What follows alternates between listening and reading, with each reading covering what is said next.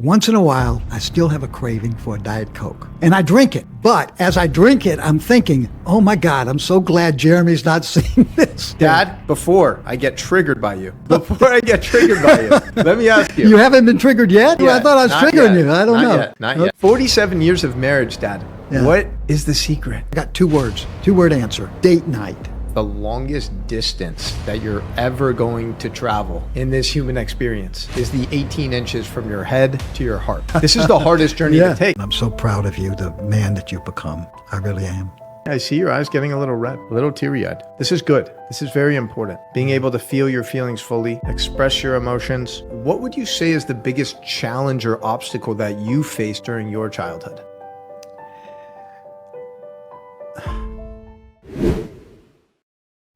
Welcome back to the Jeremy Awakens podcast. Today, we have a very, very special guest in the building. And this man is someone who I've known my entire life. Literally, since day 0. This man has been there. This man is the one and only Scott Abramson. He's someone who has practiced neurology for over 40 years, 6 decades. He's been married to his wife, who happens to be my mom, for 47 years. And he has quietly built a life of service, commitment, and integrity. Today, I don't want to just honor you as my father, but I want to learn from you. I want to be a student. I want to understand your journey, your pain, your purpose, and give people a glimpse of the man who has helped shape the man that I have become. So, Dad, first of all, wow, I just want to say I love you. I'm proud of you, and I'm so grateful for this opportunity, man. Tomorrow, you turn 78 years old. That's right. And I'm curious to know, first of all, welcome to the show. Thank you, Jeremy. Yeah. How you feeling? I'm feeling a little bit humbled by that introduction. That's good, man. Humbled is good. Humbled is good. You're a humble man. So, Dad, your 78th birthday is tomorrow.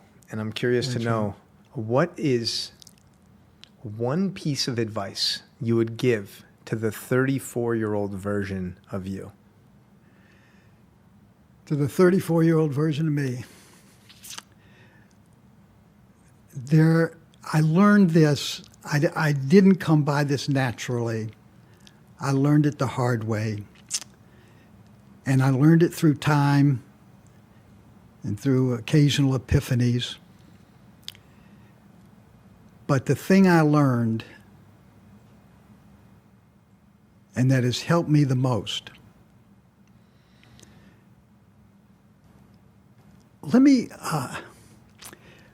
Jeremy, can I tell you a story before I tell you what this one thing is? Can I tell you a story about how I learned it, or how it came to me as an epiphany? Tell me the story, man. This is story time. Okay. So I was a physician at Kaiser Permanente, and I lived on one side of the San Francisco Bay, and I drive to work on this long bridge, 12-mile bridge, to the other side where I worked. And on this bridge, there were no shoulders. So if there was an accident on the bridge, it was a terrible thing. I mean, you were stuck for 3 or 4 hours. And that's what happened to me one day. It was about maybe 35 years ago. And I was stuck on the bridge, an accident happened. And I'm sitting there in the car for 3 hours, and I'm on call, my beeper's beeping, and I've got patients waiting, and everybody's getting frustrated. And I'm going crazy in the car. And I'm screaming at the steering wheel, and I'm pounding on it. People in the cars next to me think I'm nuts. You know, I'm cursing the gods of, bridge traffic. And finally I get to work. And I get to work, and I'm getting out of the car, and I am still fuming. I'm steaming mad. I mean, this has been the most frustrating morning in a long... And then, at the same time, this woman arrives who works the building I work at. She's the EVST. Do you know what the EVST is? No. It's the Environmental Service Technician. She's the garbage woman. Okay? Her name is Consuelo. She has the same thing. She was stuck on the bridge just like me And I get out of the bridge and I say, man, Consuelo, man, that was like horrible, crazy, and thing. And Consuelo is like just her normal, placid, pleasant self. And I said, Consuelo, how come you're not angry and frustrated and going crazy like a normal person? And then she said to me, she laid on to me the epiphany of the greatest wisdom that I've learned. And here's what she said. She said, Dr. Abramson, I am just grateful that I was not the one in the accident. I was just grateful that I was not the one in the accident. And so there you have it. It's like one annoying event, and there's two human reactions. One's furious and angry, and the other one is happy. And guess which one? Guess which one lives a life full of gratitude? And if I could tell myself as a younger person that wisdom, and I could appreciate that wisdom, I'm still trying to learn it, I'm still trying to practice it, but I know that's the wisdom. And if I could give one piece of advice to myself, that would be it. And you know what was funny? Here's what's funny. So the next day, I'm in Safeway. That's like, like a Publix or something like that. It's a big grocery store chain. And every Friday, I would go into Safeways and I would get 12 donuts, a dozen donuts to bring to the staff on Friday mornings. It was kind of a ritual.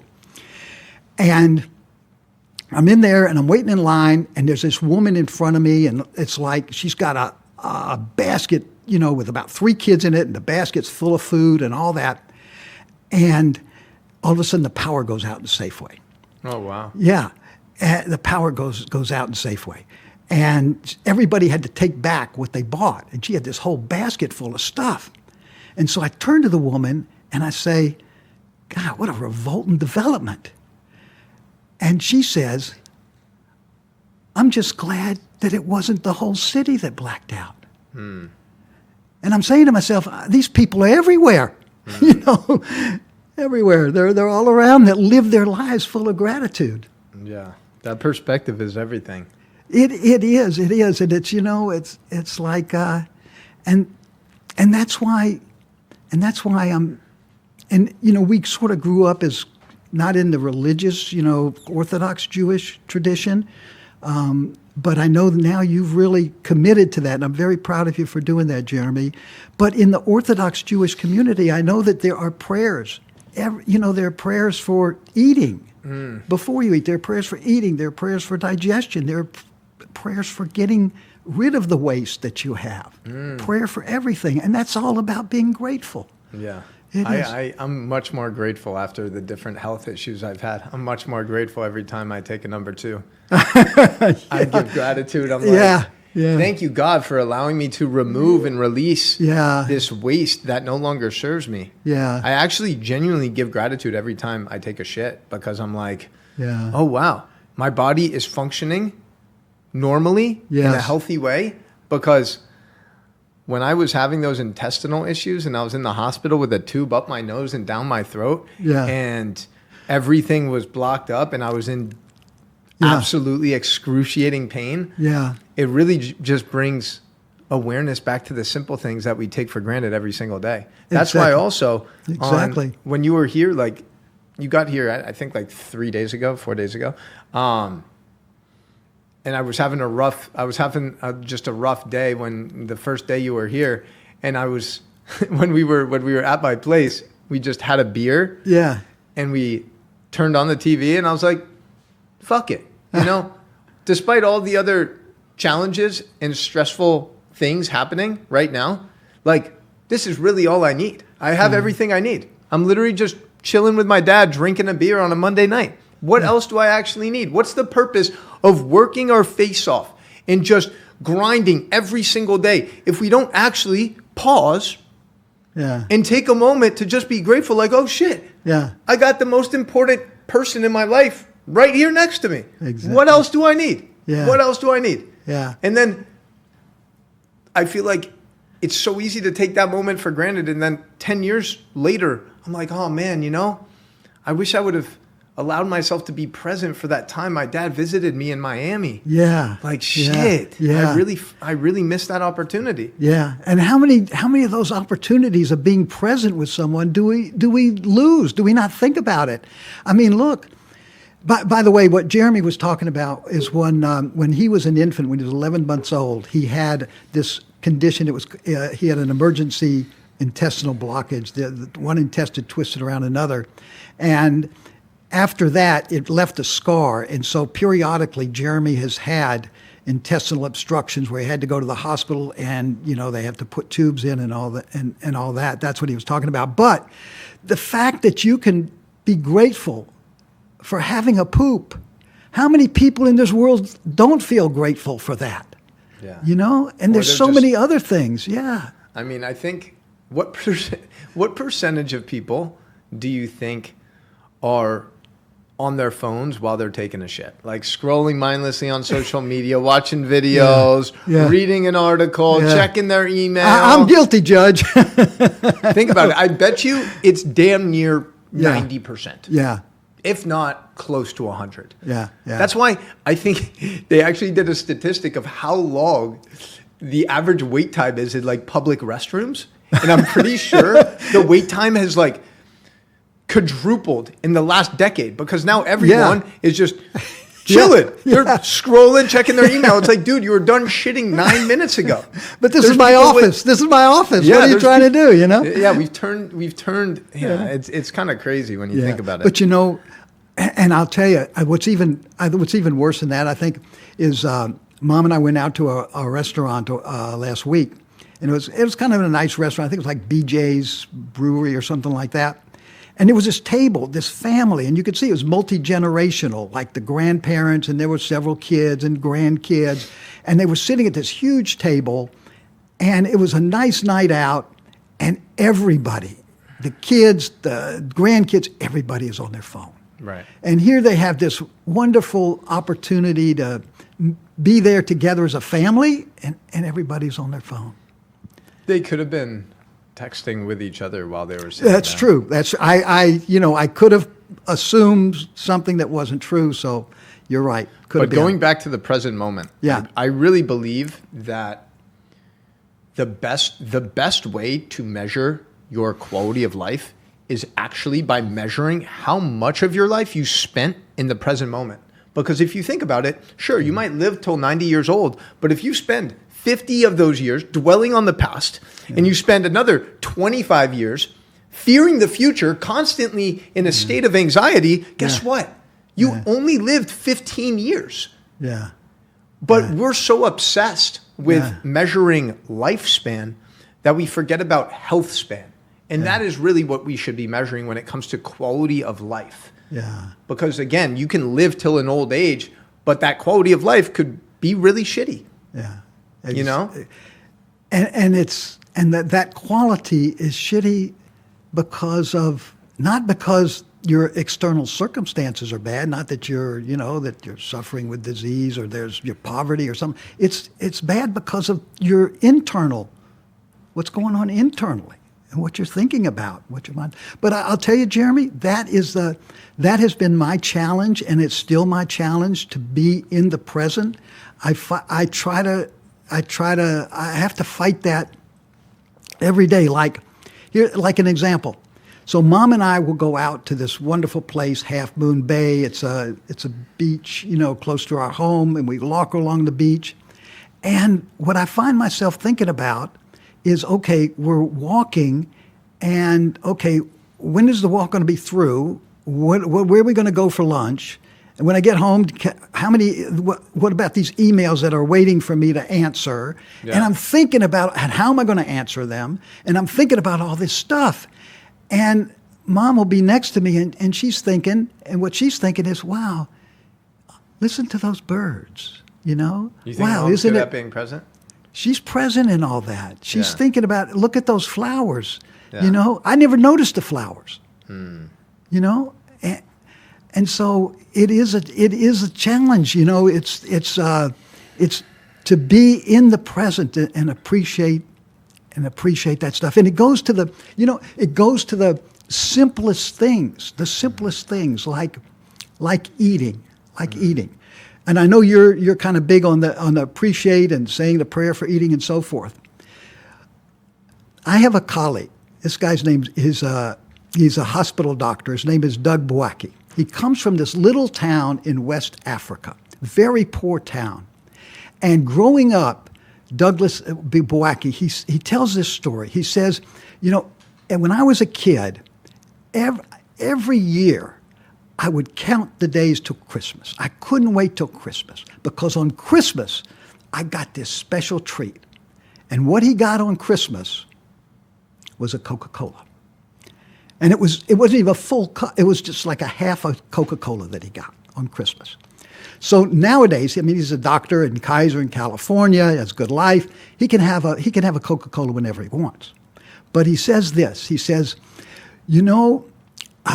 America is a great place. It's full of opportunity. It's a great place to live. But I always remember those days growing up in that poor village in West Africa. And whenever I drink a Coca-Cola, I savor every sip. And that's the thing. How many of us savor, every sip of our Coca-Colas? Yeah.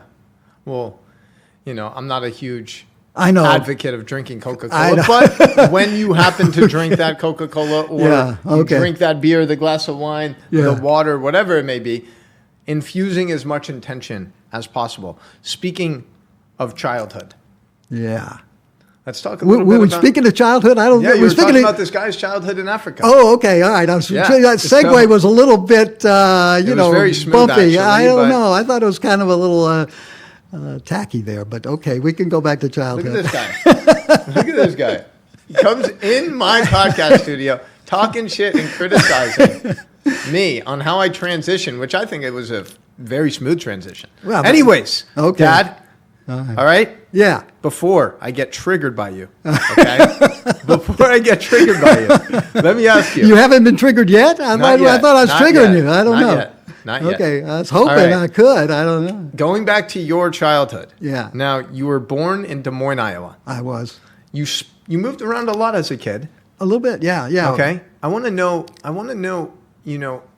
obviously I know how much admiration and respect and love you have for your parents. Yes. I'm curious to know, what would you say is the biggest challenge or obstacle that you faced during your childhood?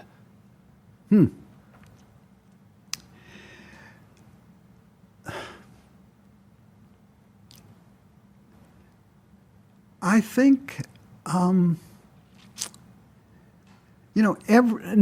family is perfect, no childhood is perfect. I think that the biggest challenge that I had was with, I had an older sibling. And this, a sister, she was 4 years older than I was. And she was, this sort of a little background thing is like a lot, you'll hear this story a lot, is that my parents didn't have children for the longest time, and it seemed like my mother couldn't get pregnant, and they went in for testing. This is a long time ago. This was back in the 1940s. And so finally my mother got pregnant, and she was like 43, and my father was 45. What happened, let me just back up. So they couldn't get pregnant, so they adopted my older sister. And then and once sort of the pressure was off, 4 years later, I came along, as a natural thing. But it never was an issue with me, but it may have been an issue with my sister, because she had this resentment toward me, and I always, and honestly, I felt very bullied. I was bullied by her. I mean, maybe she didn't, I don't know what her intention was, but she could just look at me, and I would start shaking. And if she was very sharp with her wit, and she could just say anything, and I would just sort of tremble. And the thing that made it more difficult was that she was one of these very popular girls. She was very attractive and very popular, and so people would see me and they'd say, "Oh, you're Jane's little brother. Oh yeah, we're not going to pick on you, And so on the one hand, she's someone that you'd want to admire, but on the other hand, when, behind closed doors, it was a horror story for me. And it's not that and the thing is, maybe if I would have had a stronger personality, maybe I would have dealt with it differently. Or maybe, How did you deal with it? I think I dealt with it, I just took it internally. And it just made me feel like, a sense of unworthiness, like most people that are picked on have this sense of being unworthy in some ways. But here's the funny thing about childhood in that.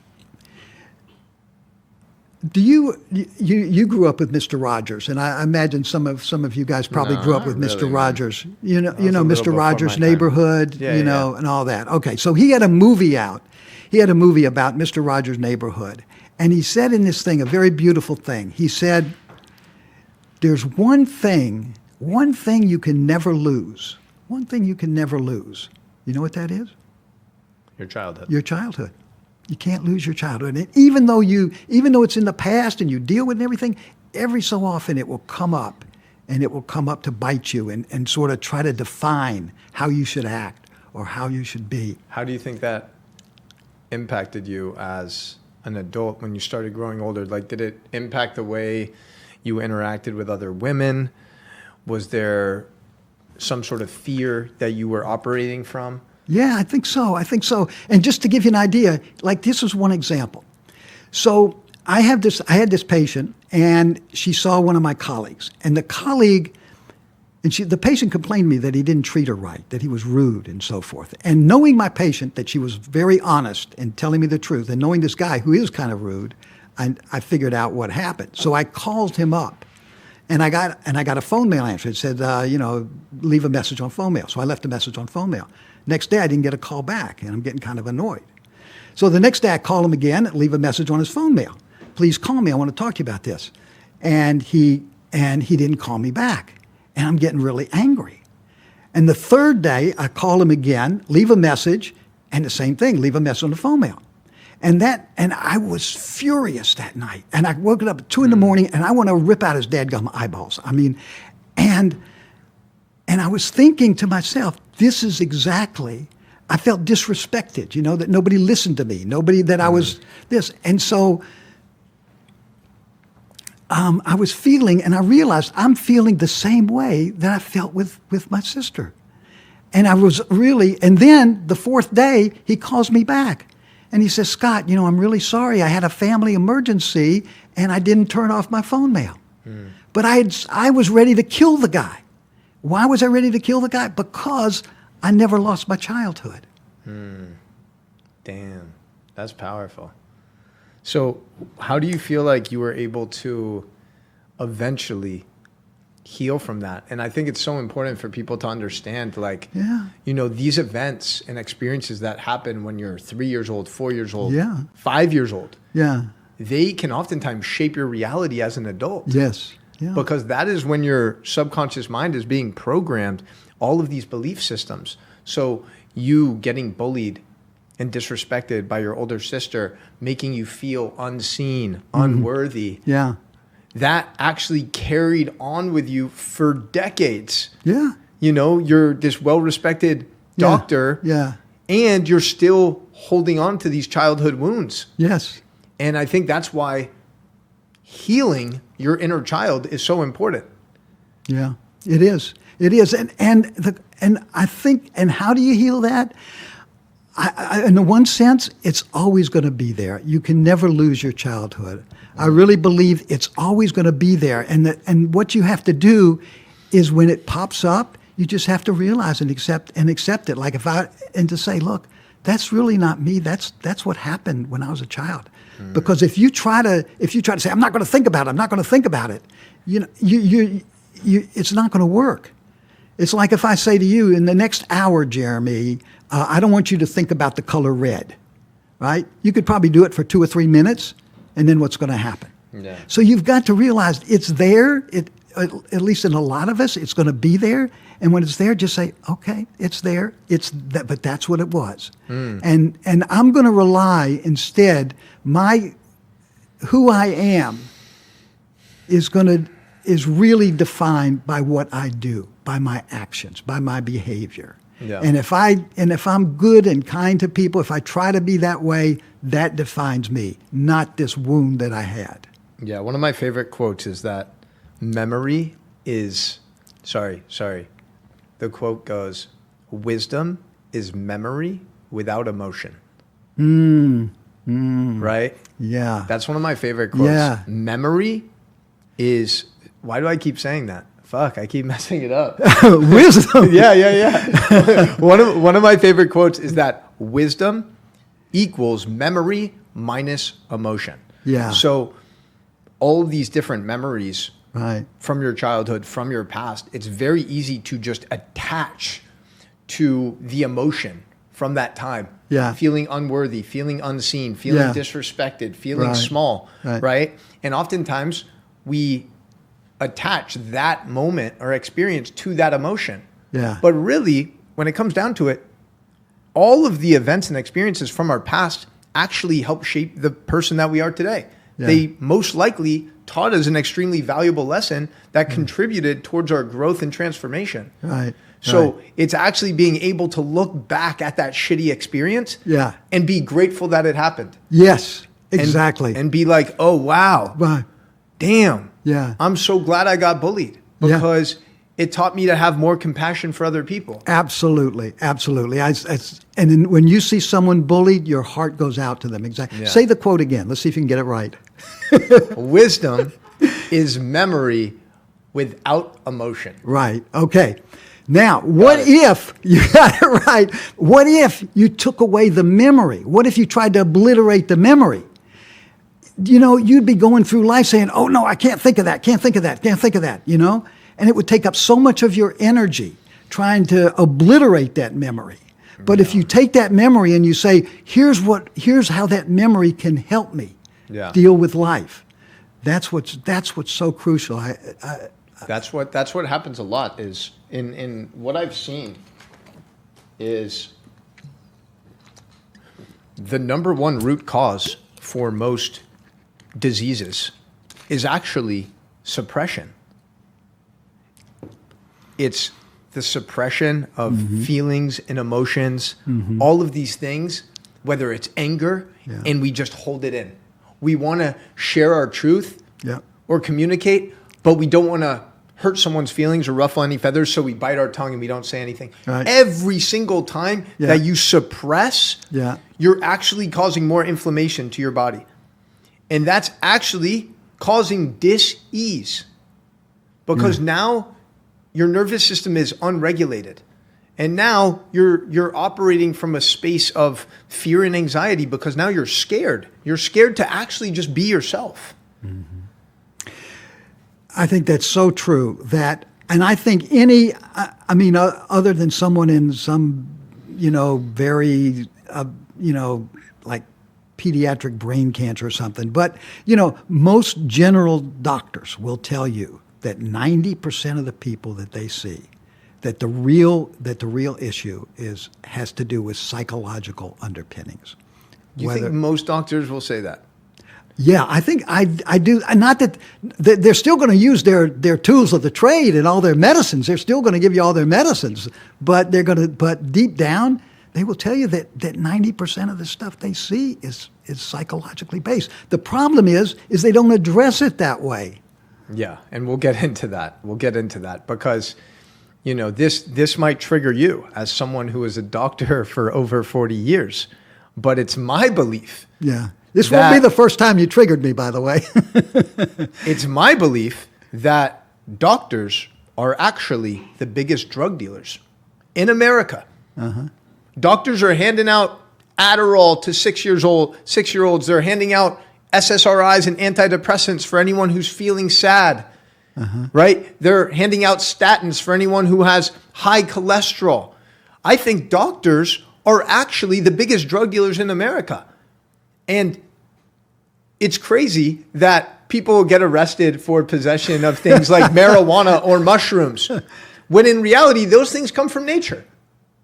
But what about the doctors that are actually prescribing these medicines that are really just drugs, chemically laced drugs, that oftentimes don't address the root cause? They're just putting a Band-Aid over a bullet wound. They're treating a symptom. And that is the issue with healthcare in America. It's actually more sick care.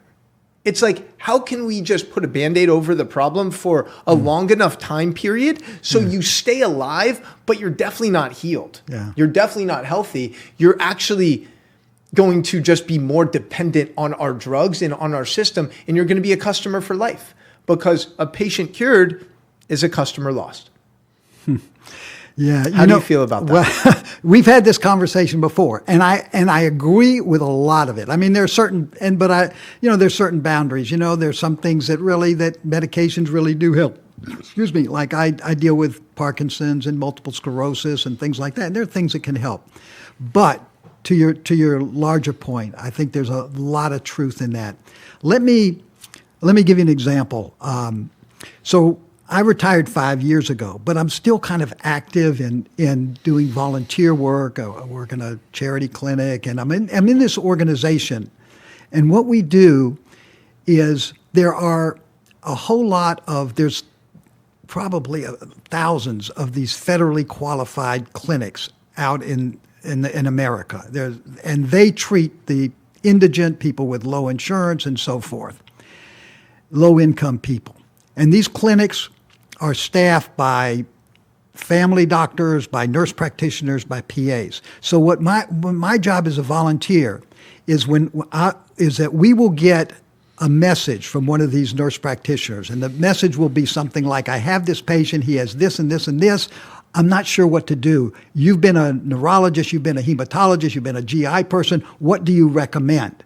And the reason why we're useful as volunteers is because to send them in this healthcare environment to a specialist, it will take 3 to 4 months for that to get seen at the earliest. It's terrible. And so we will give an answer. We don't see the patient or anything, but we give an answer to the clinician. And we'll say something like, well, we'd recommend you do this and this. But here's what I've noticed. Here's a typical consult that we will get. Gee, doctor, I hate to bother you. I don't want to be a pest, but I have this patient who's not sleeping, who has some issues with alcohol. There's some family problems. He has GI problems. He has chronic pain. He has chronic headaches. So he says, I've tried amitriptyline, I've tried Elavil, I've tried gabapentin, I've tried Paxil or Prozac. Doctor, here's the question. Doctor, what drug should I try next? That's the question. What drug should I try next? And the answer is no drugs. How about exploring what's going on in their life? So I'm glad that you're saying that. So for those that don't know, you became a neurologist officially in 1979. You retired in 2020. So your career spanned that of 6 decades. Yeah, that's pretty cool. 6 decades. A fucking legend. Yeah. Now, at what point was it in your doctor journey that you realized, you know what, man? There's a lot of things about this system that are broken. Mm-hmm. When did you start to come to terms with that? Here's the answer to that, Jeremy. When I was it wasn't so much that I was concerned with the system being broken when I was working, because I really felt the Kaiser system worked well. If we did an operation, if we recommended this treatment or that treatment, we didn't get any pay extra. There was no incentive for us to do stuff that didn't need to be done. And I love that about Kaiser. And I love the fact that, we want to pay. We got paid, whether, recommended surgery or not. So in our system, that wasn't my concern. But the question is, when did the change in the way I looked at medicine happen? And it really was a traumatic change. Because I can tell you, people said, I retired at 72. And people said, man, you're at Kaiser, we got this great retirement plan. Why are you working? You know, most people, you can retire at 60 and you'd have a great life. But I didn't want to retire because I was having too much fun. And the reason I was having, and here's what happened. During the first 20 years of my practice, I was one of these regular guys that did what they usually do, what they were trained to do. We were trained to find it, fix it, explain it, and give some medicine for it. That's what we did. And I was pretty competent at it. I did my job. I did all that. But if I was going to do that the rest of my career, I know I would have retired early. But what happened is, what this great thing happened is that Kaiser developed this communication workshop mission. And what we did is it was a mission to teach doctors better communication skills. With their patients? With their patients and with each other, and with each other too, and with staff. So, so I got involved in that, and I took the class, and then I became one of the facilitators, and I became one of the leaders and champions of this mission. And for the last 20 years, my whole life changed as far as how I approached patients because of that communication workshop. That's what made a difference. Well, let's talk about this. Yeah. The average appointment time between a doctor and a patient in America is 7 minutes long. Yeah. So how in the world is a doctor actually supposed to get to know a patient in 7 minutes? How are they actually supposed to peel the layers back and find and identify the root cause of what's driving dis-ease or dysfunction in the body? You can't. It's so much easier to just, hey, take this Prozac, take this Zoloft, rather than actually ask, hey, what type of food are you eating? Are you getting outside? Are you connecting to nature? Yeah. Hey, what are your relationships like? Yeah. Hey, how's your sleep? Yeah. Are you getting enough vitamin D? Yeah.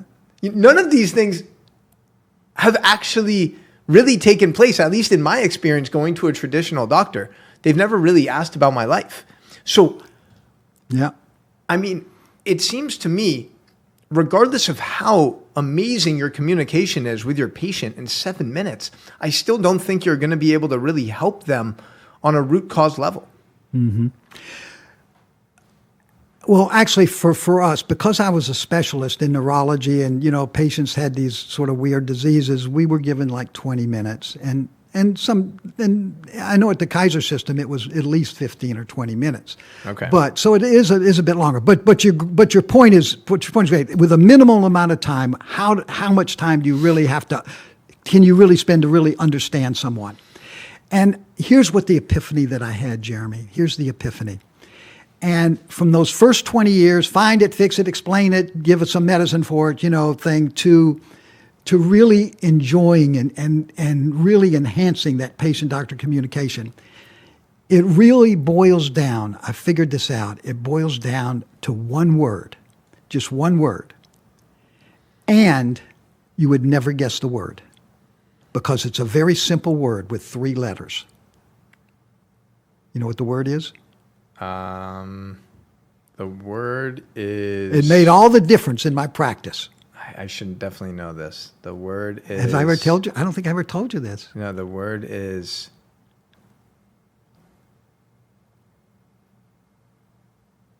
How? Why? Those are good words. Those are good words. And I think probably they're at the basis of this, but the word is the, T-H-E. So how does that work? Here's what happened. Most of the time, so for the first 20 years, people would come in and see me, and the question I would ask is, and every doctor would ask is, what's the matter? What's the matter? Where does it hurt? Where, which side, left side, right side, hurt on Tuesdays, Thursdays, what? What's the matter? Let me find it. Let me fix it. I'll explain it to you, and I'll give you some medicine for it. So it was the paradigm we worked for was what's the matter? But in the last 20 years with this communication course and the things that we learned, all I had to do was get rid of the word the THE, and it became what matters.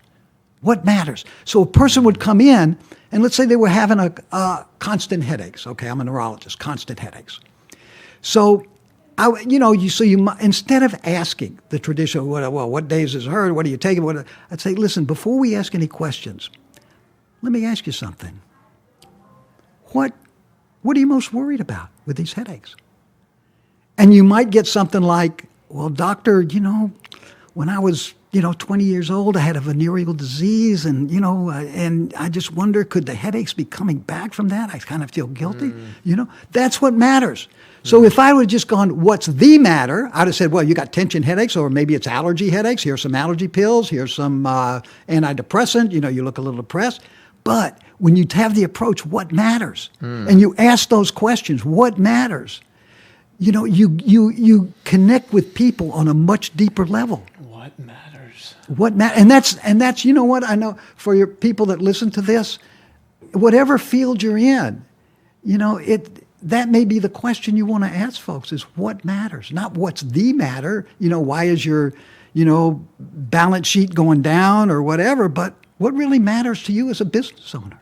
What are your values? That's good, Dad. That's a good one. That's a gem. I like that too. I like it. I see why I'll use it again. I'll use it again. I see why they call you Dr. Wisdom. So, if you could do it all over again, 2025, you're coming out of college, do you think you would go to medical school and dedicate, 7 years to med school, 4 years of med school, 3 years of residency, and it seems a little crazy in today's day and age. And, if you think about it, I think the whole medical system is an absolute scam, mostly for the doctors and physicians. Think about this. You graduate college, Yeah. you're probably already in debt, right? Yeah. And then you're super stressed out applying to medical school, etc. You finally get into your dream school. Yep. That's 4 years, maybe $200,000 to $300,000. Yeah. So you're more in debt. Then you go to residency for 3 years, right? You're not actually learning about holistic health. You're not learning about how to address and identify the root cause, right? So you're about 30 years old now. You're a couple $100,000 in debt. And now maybe you've had the epiphany like, oh, wow, maybe Western medicine isn't actually my calling. Maybe this isn't actually the way to help people heal.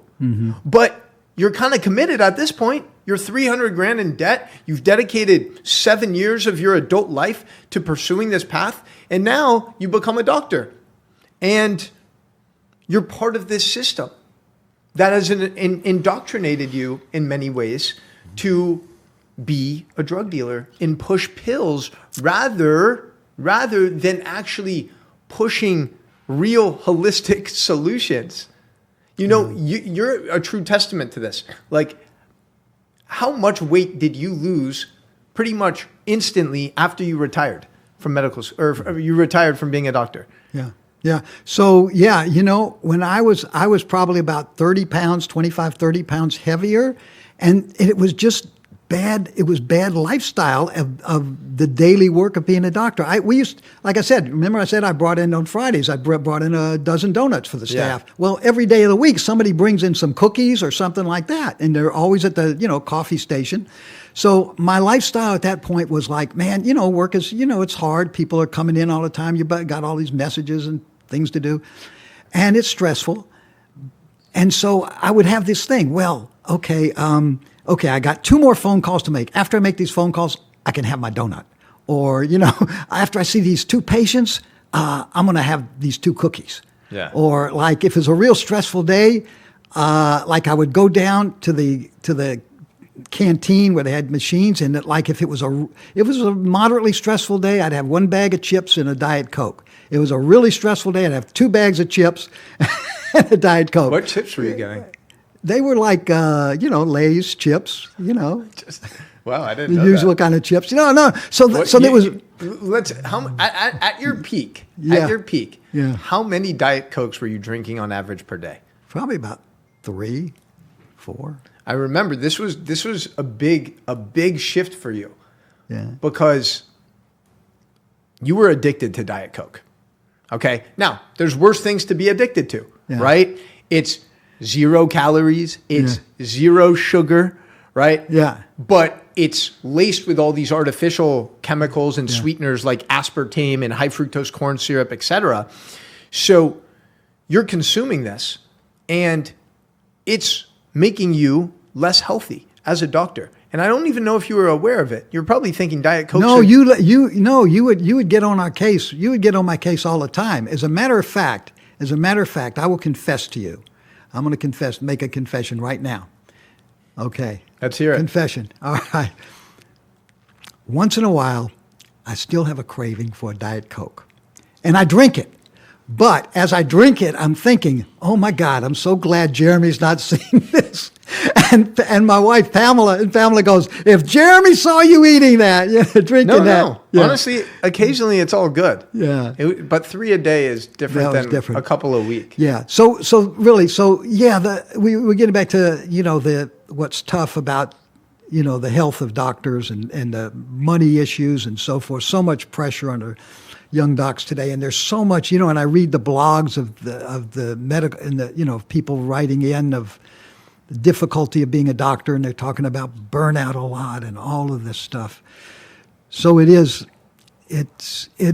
tough financially, and about the holistic, that would be one thing if I were to go back, I would really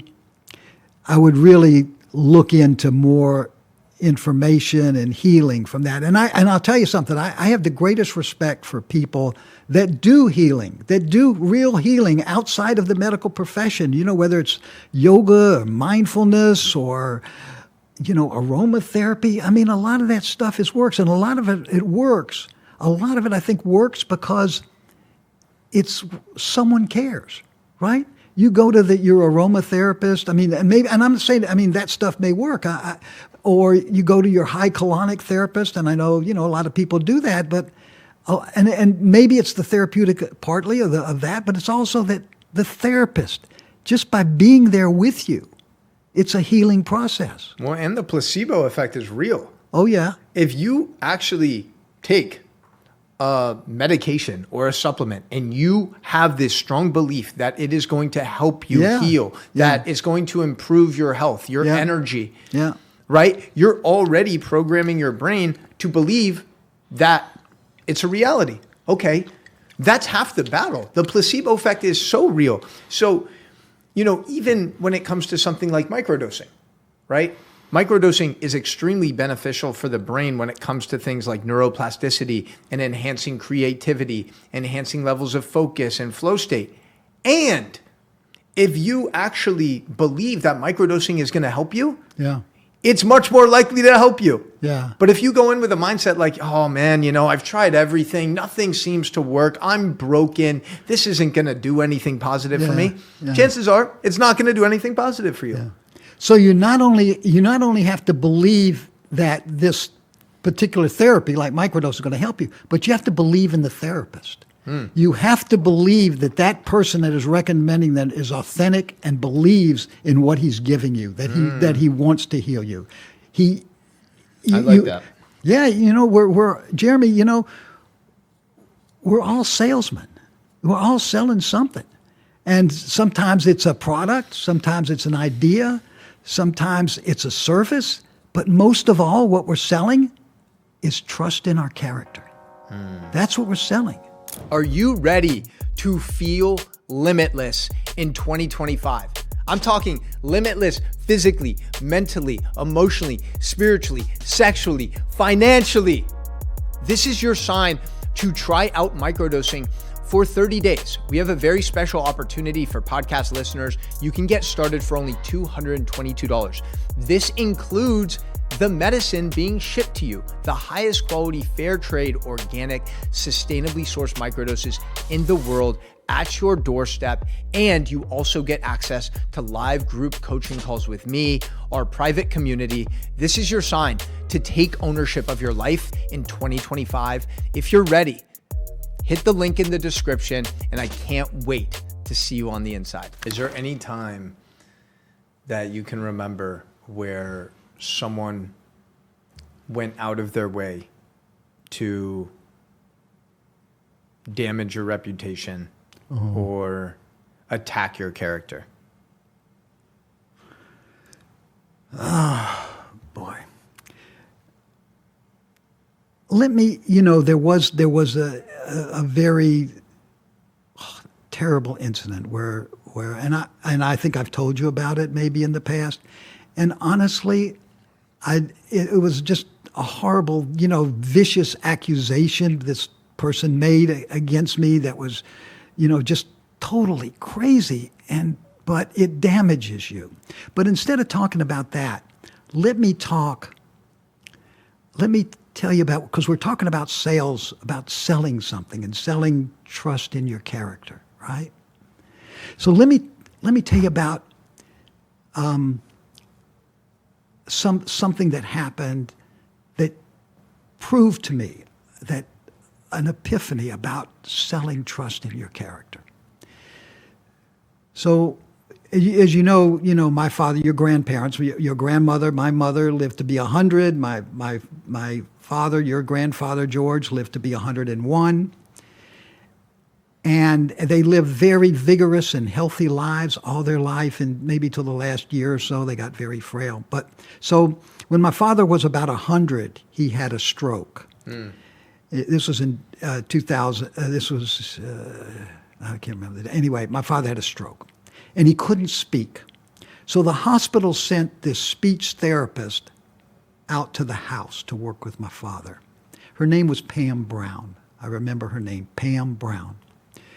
And so she examines my father and does her evaluation. And as she's leaving, she gives my mother a hug. And then she gives me a hug. And when she gave me the hug, I started to cry. Now, Pam Brown, she probably thought, well, he's probably crying for his dad who's had the stroke and can't speak, but that wasn't it. I mean, that's part of life. My father had a rich and full life. I wasn't crying for him. What I was crying about, or near tears, is for what she said to me when she left. Here's what she said, and this is what I'm talking about, is when we're all salesmen, and if you can sell, what we're selling is trust in ourselves. And here's what she said. She said, Scott, in the month that I've been given to work with your dad, I cannot promise you success. I cannot promise you that your dad will ever talk again. But I'll promise you this. In this month that I have, I will never let up. I will give it 100%. I will give it everything I got. I will flat out do everything. That I promise you. So when you talk, whatever, at that moment, Jeremy, if Pam Brown had said, I recommend bloodletting, I'd have said, what size leech? That is the power that we have of healing, is that authentic commitment to healing. And even stronger, maybe even stronger than the medicine itself, stronger, than the placebo effect, is that personal commitment of healing. That's great, Dad. You're a great storyteller, man. Guys, this is an absolutely incredible podcast so far. This is amazing. You know that, and you know what they say, the old saying is, the shortest distance between a human being and the truth is a story. I'll say that again. I'll get it right this time. I'll get it right. The shortest distance, the shortest distance between a human being and the truth is a story. And honestly, I believe that. I mean, the wisdom, or any wisdom that I have, really comes through stories. And I think I think all of us feel that way. It's the stories that are told to us as kids, and the stories we tell our own kids or tell ourselves, the stories we tell ourselves. That's where the learning is. That's good. That's really good, man. You're in the zone right now. Yeah, it's like,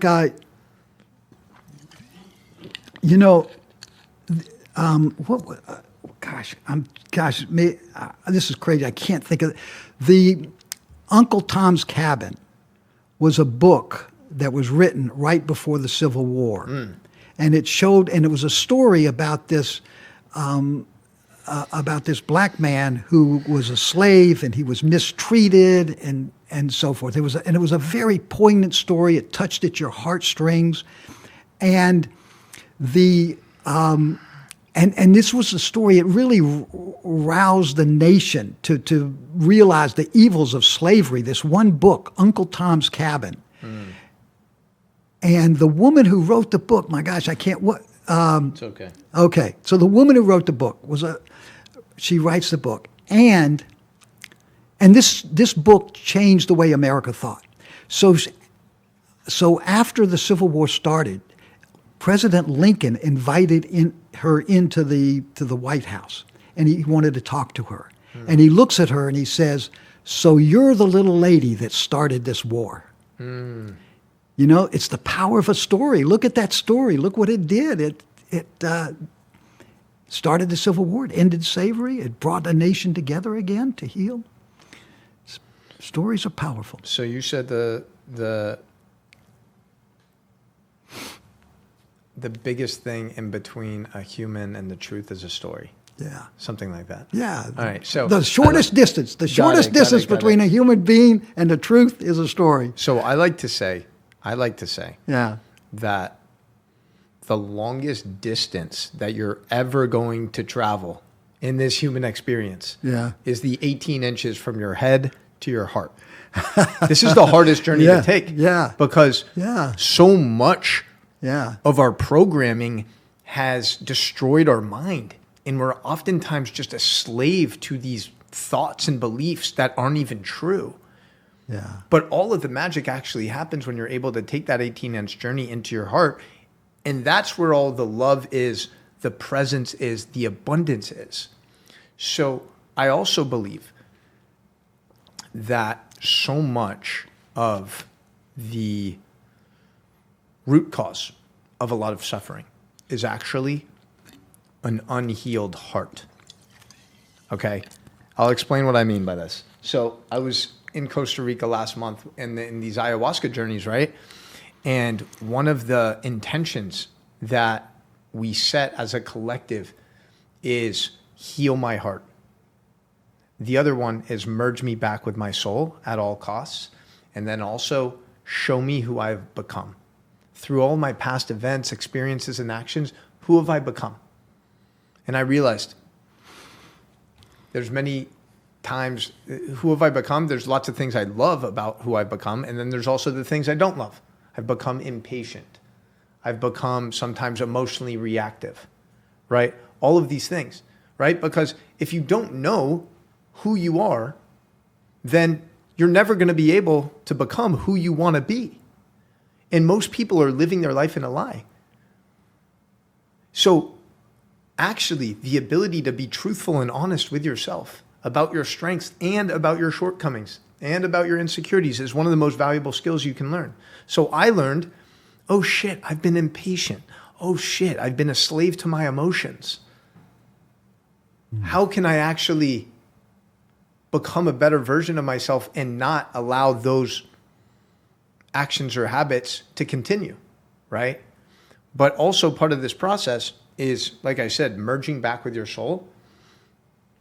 And if you think about that, if you think about what that means, pretty much every human being at some point in their childhood goes through this split, okay, where they become a little disconnected from their soul. If you look at a child, right, it's a beautiful thing to just witness a child in their element. They have no care in the world. They're not worried about the future. They're not dwelling on the past. They're just fully present. with what's in front of them. Yeah. And they're in a state of awe. Everything is so amazing to them. Oh my God, look at this squishy ball. Look at this stuffed animal. Yeah. Look at that blade of grass. Look at that hummingbird. Right? They're in this constant state of awe. And then at some point, our programming splits us away from that childlike innocence and childlike wonder and childlike joy, right? Most people spend their whole life disconnected from their soul, and they start chasing some path, some future based on other people's expectations rather than actually pursuing a path that's in alignment with their soul. So a big part of this journey called life is merging back with your soul and actually remembering, oh, wow, man, you know, when I was a kid, I used to love just doing Jim Carrey impressions. I used to love doing Austin Powers impressions. How can I merge back with that humorous little version of Jeremy that just was an absolute menace? He was an absolute clown. He just loved to have fun and make people laugh, right? How can I merge back with my soul? That is so important in this human journey, right? And then the last thing, like I was saying, is heal my heart, right? And this is something that, especially as men, I don't think we really understand. If you look at every single, this is what I learned. This was a big, very big epiphany moment I had in my last ayahuasca experience, right? Because I tell people, you know, a lot of people know about some of the work that I do in helping people overcome anxiety, ADHD naturally, right? But I was thinking, what actually causes those things? Sure, maybe you have a nutrient deficiency. Maybe you have a chemical imbalance. Maybe you have childhood trauma. Maybe you're not getting enough sunshine in nature. Maybe you're not getting enough sleep. Sure, all those things might be true. But I think the number one root cause for disease and pain and suffering is an unhealed heart. So I was asking, I was like, I was going through this experience. I'm like, my heart doesn't need to get healed. I'm good. And then this vision came of Jordan, who I dated like 10 years ago, right? Yeah. And this girl who cheated on me. And like, I hadn't thought about this in years. And I was like, oh, interesting. This happened. And, you know, I thought I was all good. And maybe for the most part I was. But I was like, that experience actually impacted me in future relationships and future ways that I saw the world, right? And I realized anything that I've done in my life that hasn't been in alignment with my highest self, any time that I've done something out of integrity, any time that I've done something that has hurt another person, has been because I've been acting from an unhealed space. Mm-hmm. And they always say, hurt people. Hurt people. Hurt people. Yeah. If you are genuinely healed and your heart is open and you are operating from a place of love and presence and joy and gratitude, you're not going to inflict pain on any other human being. You're really not.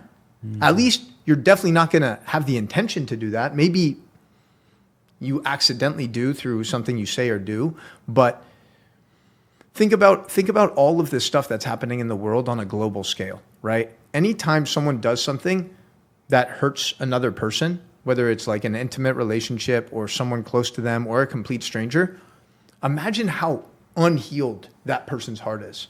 And that's not justifying what they're doing, by the way, right? Yeah. But if you think about it on the micro scale and on the macro scale, you look at all these people in the world who are just doing fucked up things. Mm-hmm. It's like they have so much money, they have so much power. Why are they using it for such destruction? I think of people like Bill Gates.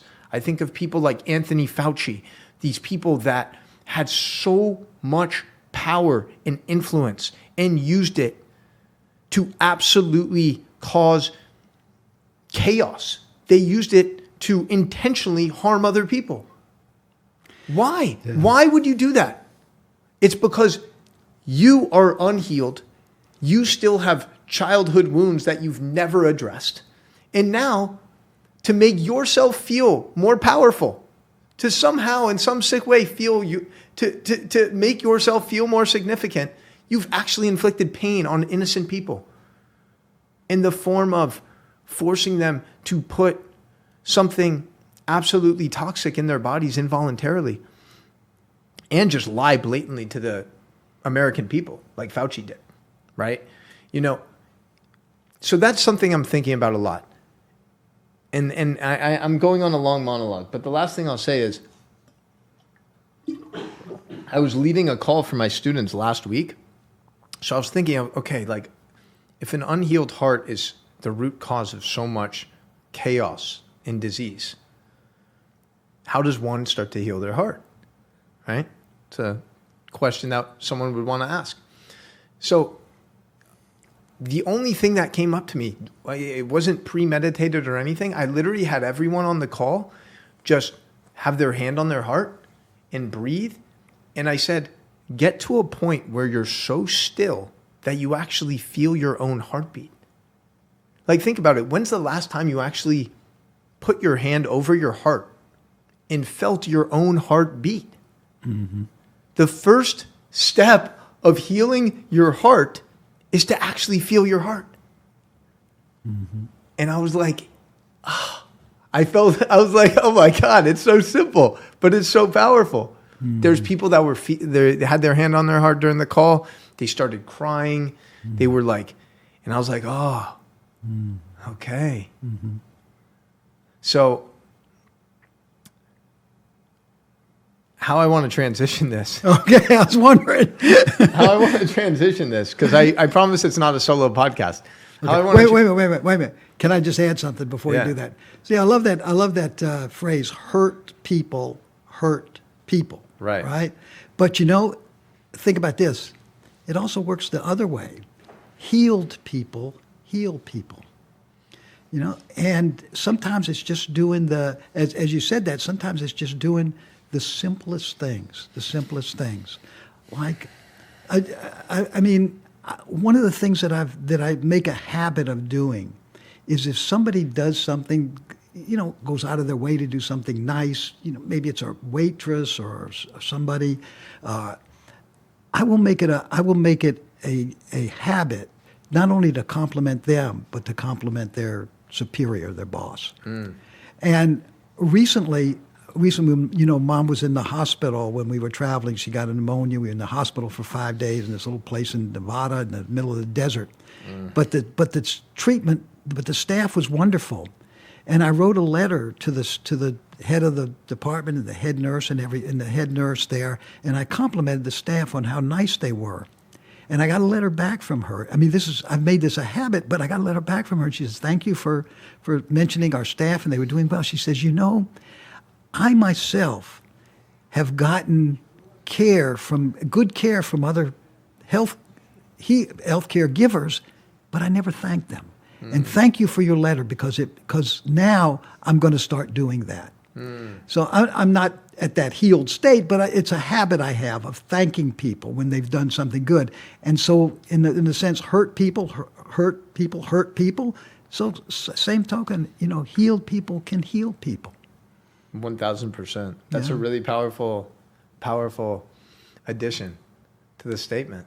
Yeah. This is great. Yeah. So I'm curious to know, is there anything in your life that stands out that you have had to heal from where, maybe you weren't even aware of it at the time, Maybe there was something going on in your marriage, professionally, and it kept showing up as a recurring theme and it kept causing you tension and stress, and then maybe it forced you to look in the mirror and be like, you know what? There's something deeper that I need to address. Has there been any moment like that for you? The biggest lesson that I learned in life, and it's not that I have the lesson and I know it and now now I know what to do and everything. I still struggle. But throughout my life, the first half of my life, and even as a child, I look back on my childhood As a matter of fact, when I was taking the plane out here, a lot of times what I'll do is on the plane, I'll go through my life year by year, and I'll try to think of what events happened. And when I start thinking of those events, most of them are not pleasant or were not pleasant to me. And it's not because I had such a horrible life or grew up in a horrible family or really, even in spite of my sister and all that. I mean, I had a normal life. But it's not the external things. It's the internal things. And internally, the way I thought about life was, it was like, I just can't wait till this particular thing is over. It's like I would say, okay, I got a dentist appointment. I hate going to the dentist. When this is over, then my life will be good. Oh, I have to go to this. And I was very, very shy, and socially immature. And it was like you'd be invited to a bar mitzvah party or something. I'd say, oh, gosh, I hate this. I hate this. There's going to be girls there, and I don't know what to say, and I don't want to talk to them. And then, as soon as that's over, then I can relax. But it was always like, wait till the next thing is over. And wait, and it was the same thing with, wait till, oh gosh, as soon as I get through with college, as soon as I get through with medical school, then my life is going to be good. As soon as I get through with this internship thing, and when I get out, it's all going to be, and it was just, that's how it was. And finally, when I told you about this, when I gradually came to appreciate gratitude. And being grateful for what I have, and you can look at things, anything that happens is a blessing and a curse. So when I was coming here, when I was driving to the airport, Mom drove me to the airport. So we get about, 10 minutes away, and I realized I forgot my cell phone, and you can't go anywhere without your cell phone. And we're going to to catch a plane. We don't want to be late. And I'm going cursing, and this is what I was doing. But then I thought, and I did that for about 3 or 4 minutes, and drove Mom crazy. And then I thought, wait a minute. We could have been 30 minutes there. We could have been at the airport, and I could have realized that. I am so thankful. that I discovered this after 10 minutes and not 30 minutes. So, everything it was a blessing that I finally realized, that I discovered it at 10 minutes. It's like, do you know, let's see. Yeah. Do you know that song by Kenny Rogers called "The Gambler"? Have you ever heard that song? No. It's okay. Maybe your audience has heard it. It's like you're aging yourself. Yeah, I know. Anyway, just the thing. So the song goes, you got to know when to hold them. You got to know when to fold them. You got to know when to walk away. You got to know when to run. And then he says, because every hand's a winner, and every hand's a loser. And that's it about gratitude. It's just like that thing on the San Mateo Bridge. There were 2 people. One's miserable and one's happy. Yeah. It really is all about stories. It's all about the stories we tell ourselves. Yeah. I think about the 2 twins, and they had an alcoholic father. And one of the brothers went on to follow in his dad's footsteps and become an alcoholic. Yeah. And follow those same destructive patterns because he was following his role model. And then the other brother never had a sip of alcohol in his life. Yeah. And they asked him why. He's like, because I watched my father. Yeah. So these 2 kids, same exact experience. Yeah.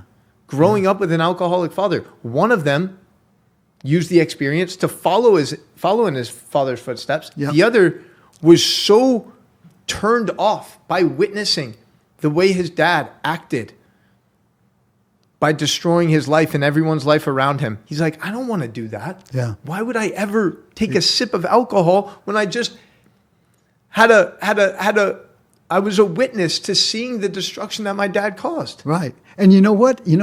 And that good twin, the one that was not a drinker, if you were to interview him, he would say, you know what? My dad was an alcoholic, but it was a blessing. Yeah. It was a blessing because I saw what alcohol does, and now I know. If I hadn't had a father like that, who knows what would have come of me. It's really... So, and it's because every hand's a winner and every hand's a loser. The twins were dealt the same hand. One of them looked at it as a winner. One of them looked at it as a loser. The there's really two ways, right? There's two ways to live your life. There's living your life as a victim. Life is happening to you. Yeah. Or there's living your life as a creator. Life is happening for you. Yeah. I see the silver lining in everything. I see the blessing in all of the challenges. Yeah. I see the opportunities in every obstacle, right? The lowest vibration and frequency that you can live your life from is living life from the vibration of victimhood. Yes, absolutely. It's always making excuses and blaming external things. Exactly. For your issues, for your problems. Yep. Rather than actually taking a step back and being like, oh, wow. Yeah. That was a really challenging adversity that I had to face that forced me to grow, that forced me to be a better version of myself. All of the successful people that you meet in this life will always have the mindset of a creator. And that's why some of the most successful people you see come from shitty childhoods. I mean, look at Elon Musk, for example. Yeah. He was getting abused every single day in South Africa. And hate him or love him, I know he's gone a little crazy lately, okay? Mm-hmm. But there's no denying that Elon Musk is the most impactful person in the world today. And we're probably going to look back 100 years from now and be like, oh my gosh, Elon Musk, how did he create Tesla? How did he created SpaceX? He changed the whole platform of free speech. He was building Neuralink. He was all of these things, right? Yeah. How was he able to do it? Yeah. Well, he couldn't have done all of that from playing the victim. Exactly. He was the ultimate creator, literally. I mean, creating all these different businesses, companies. I mean, he's going to be the first trillionaire in the world. And that is really like the two paths we can take. Yeah, exactly. And Jeremy, that is absolute. I think that just boils it down. And really, you taught me this. Honestly, you taught me this. And there's two ways of looking at things. And you can look, and if you could boil it down to this one compound sentence and say, you can look at life, things happen to you or things happen for you. And that is the most basic human condition, is how you look at life. Do things happen to you or do they happen for you? And the same thing can happen. It's look, take one of the most horrible days in Jewish history, October 7th, right? Horrible day. But a lot of people, and I know you did too, is looked at that as something that happened for you. Because it reawakened your soul in Judaism and commitment to Judaism, and so many other young people too. Yeah. So even the most horrible thing, the most horrible event, you can look at things happen to you or for you. And of course but I think that's how it boils down. If you could, have one kind of bumper sticker sign that says, what is the wisdom of life? That would be it, Life is happening for you. No, do things happen to you or do things happen for you? Yeah. They should really teach this stuff in school. Can you imagine? Yeah. Can you imagine if in 3rd or 4th grade, they're actually teaching you this stuff? Yeah. It's and that's a whole different conversation. Yeah, I don't know. Should this be the schools or the parents? Should this be the parents that teach you this? I think for sure, the parents need to. And I think the curriculum in schools could also be updated a little bit, instead of teaching some of these woke ideologies. Oh, God. But I mean, that's a perfect example, honestly. I'll never forget where I was on October 7th. Yeah. And I mean, I was literally at a pool party at Soho House. And one of my friends was like, yo, look at what's happening. And I never had any idea how October 7th would shape my life personally and how it would awaken this different part of me, this fire, and reconnect me with my roots, and also the whole Jewish people have had a collective awakening the last year and a half. Yeah. And it's really unfortunate that it took something so tragic and devastating. Right. And that's life. Sometimes we need something really shitty to happen to wake our asses up. And that's what October 7th was. Right. It was a collective wake-up call. Oh, wow. Yeah, it's, 80 years after the Holocaust, but this shit can still happen. Yeah, yeah. It's something like that. It's every hand's a winner and every hand's a loser. Yeah. I want to talk a little bit about your marriage. This is a big accomplishment, man. When you look at the statistics of marriage in America, I don't know if you've looked at them before. Have you? Not exactly. Okay. So the latest statistics show that the chances of you staying married is pretty low. At least staying married and being happy, right? That's a whole different thing. So in America, the divorce rate is 54%. Okay. So 54% of marriages end in divorce. Now, that means 46% of marriages are successful. But we know that those 46% aren't actually successful. We know how many marriages, how many couples stay together just to stay together, or just to stay together for the kids, or just because they don't want a reputation that they got divorced and they don't want to be judged by other people. So they stay in this unhappy relationship just to avoid being part of this statistic. Yeah. And I would say, based on my interactions and experiences, that 1 in 4 of those married couples are actually living a really healthy, happy marriage. Okay? So that's 1/4 of 46%, right? That is roughly 12% out of 100% of marriages, in my opinion, are actually happy and healthy. That's from me witnessing many people, many marriages, many divorces.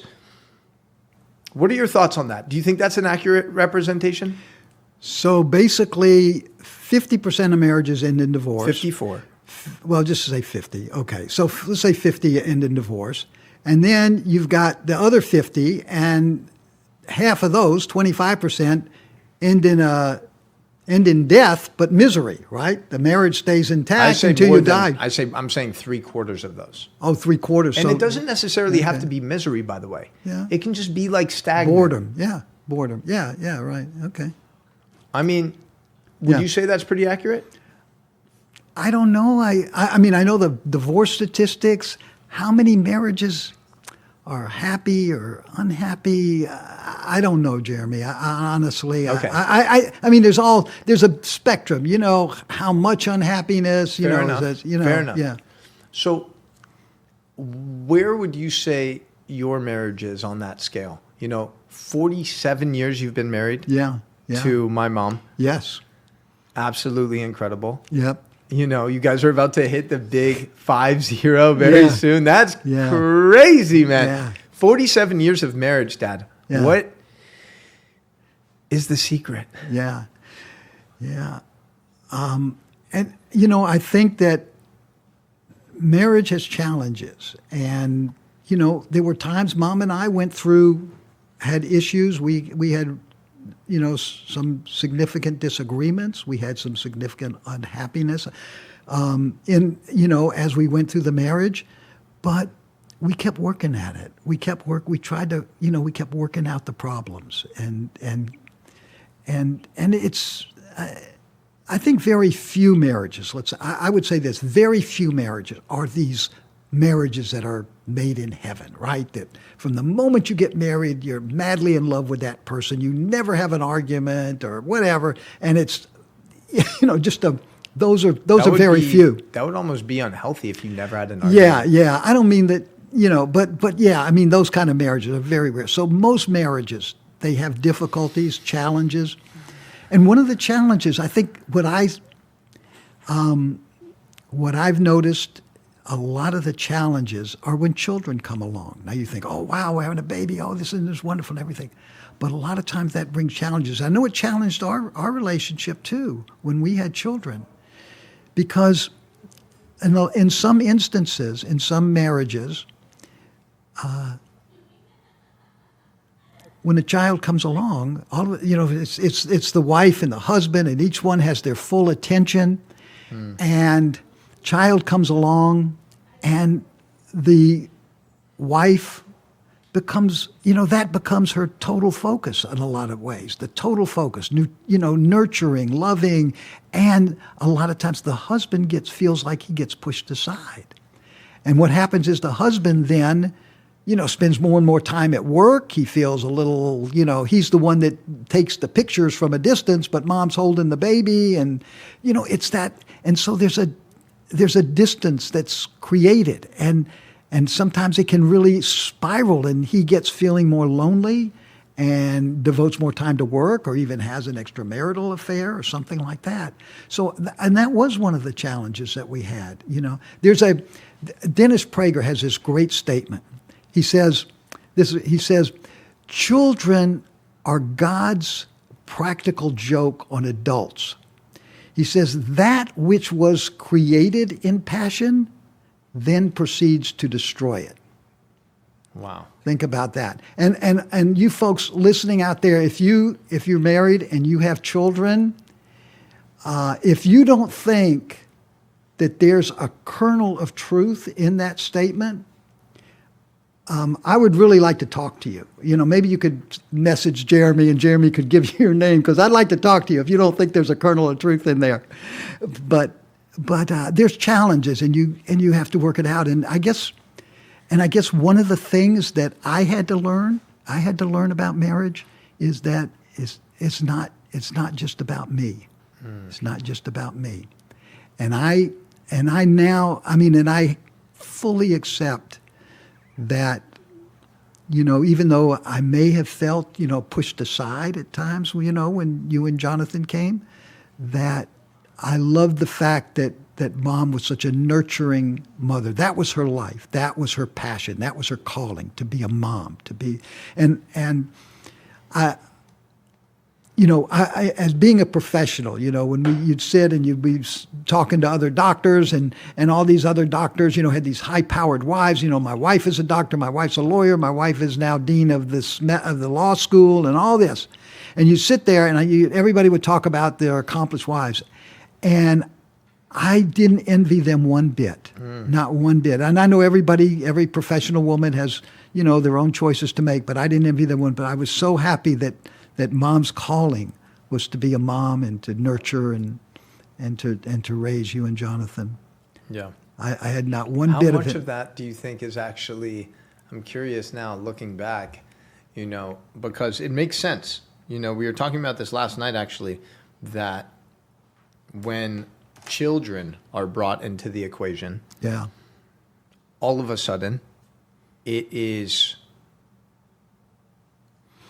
this energy, this light that was just being exchanged between husband and wife. Yeah. Now it's like there's this new vessel that needs a lot of love, that needs a lot of light. Yeah. Okay, how do we maintain our dynamic, our connection, our intimacy, and simultaneously raise this child with a lot of love? I got two words. And a lot of nurturing. Yeah, I got 2 words.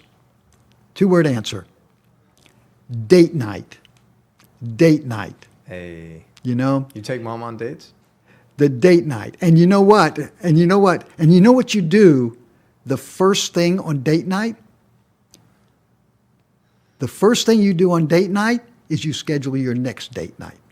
Damn. Yo, Pops, you be spitting Am bars. I right? Santiago's shaking his head.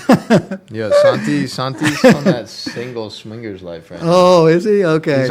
He's like 27. All right. Well, this is good advice for you, Santiago, when you get married, date night, really. So anyways, and James has mentioned this before, how like the worst thing for a marriage is one of the parents being super obsessed about their child to the point where it's like, all of your energy is going towards that boy or girl. Yeah. And it sounds like a beautiful thing. Oh my gosh. Like you want to just give them the best life possible. You want to give them all this love.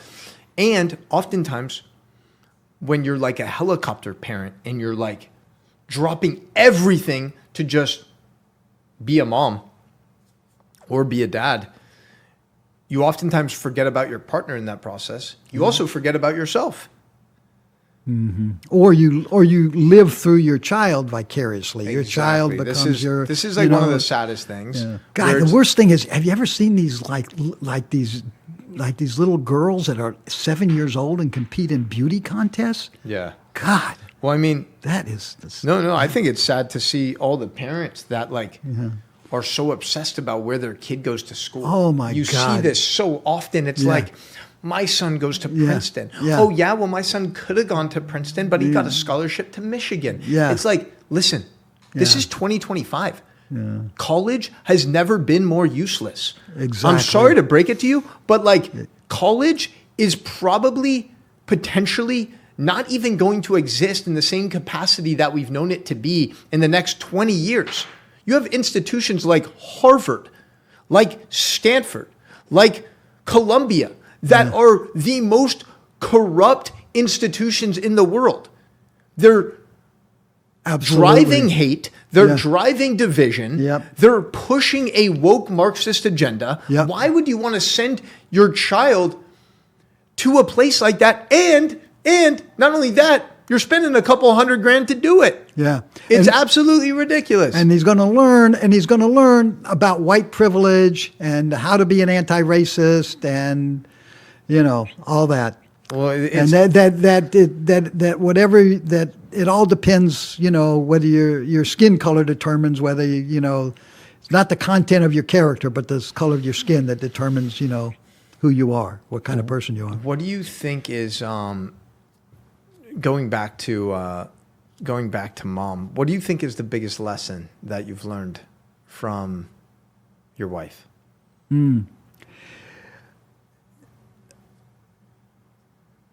Slow down.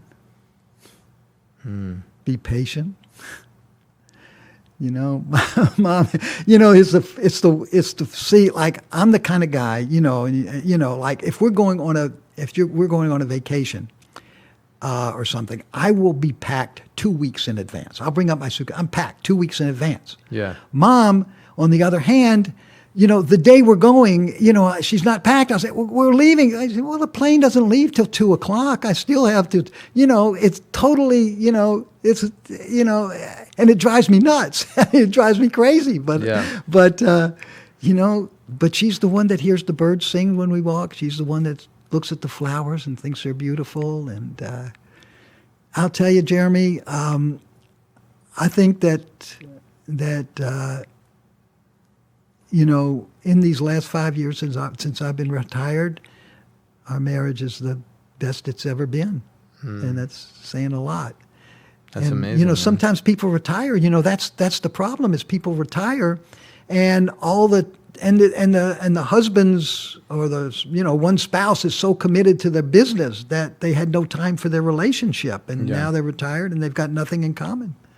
What does the word intimacy mean to you? Because I would argue that probably one of the main causes of divorce and separation in a relationship is due to a lack of intimacy. So what does intimacy mean to you? I haven't really thought about it till you asked me this, but the first thing that came to mind is this. Mom and I we walk to this beach, about 10 miles from our house in Half Moon Bay, and we walk along the beach, and we come to this bench, and it sits over the ocean and all these waves coming in. We sit on the bench, and we hold hands. That's the best I can do. I mean, is this G-rated or what? I don't know. Oh shit, man! I heard some F-bombs here, but I don't know. That's wild. That's interesting. I gotta bring this up. Actually, I gotta bring this up. This is gonna be. No, you don't. You don't have to bring up anything. You want to bring this up. That's what you're. You want to bring this up. People say I have to bring it up. No. You want to. So.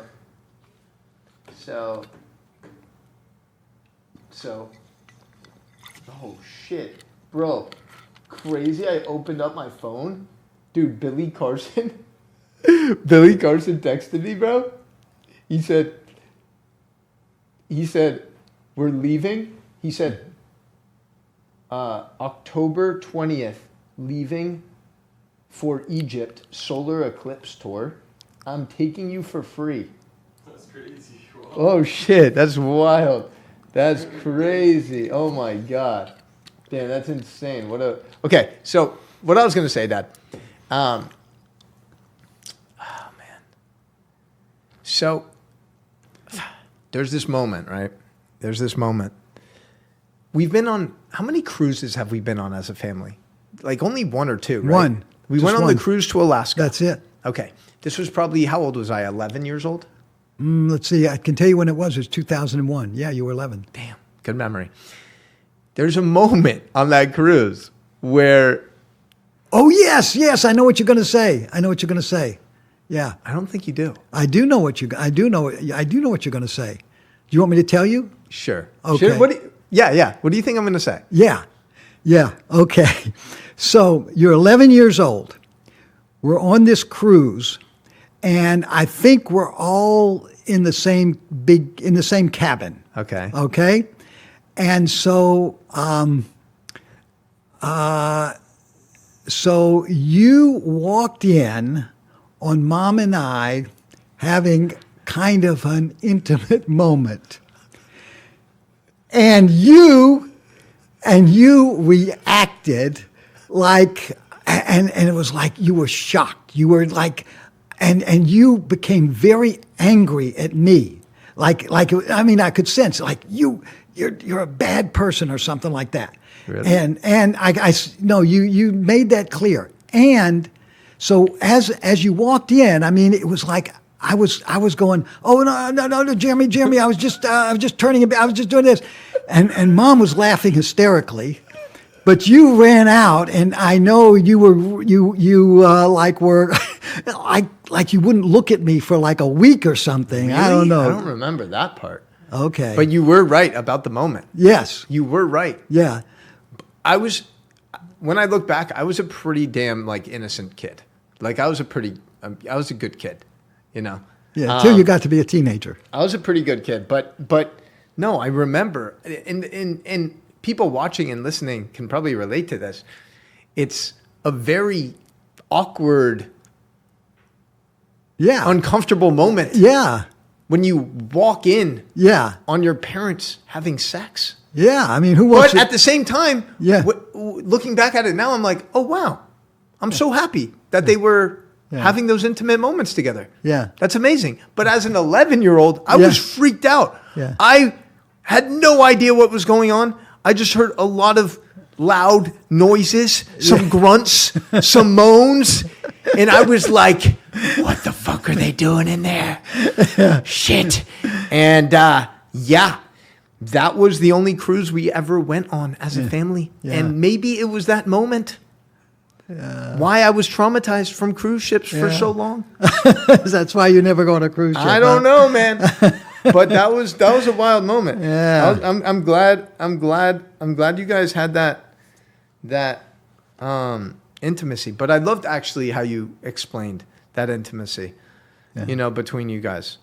That's amazing, man. It's honestly, there's in the world we live in now, with all the dating apps, social media, it's different times, man.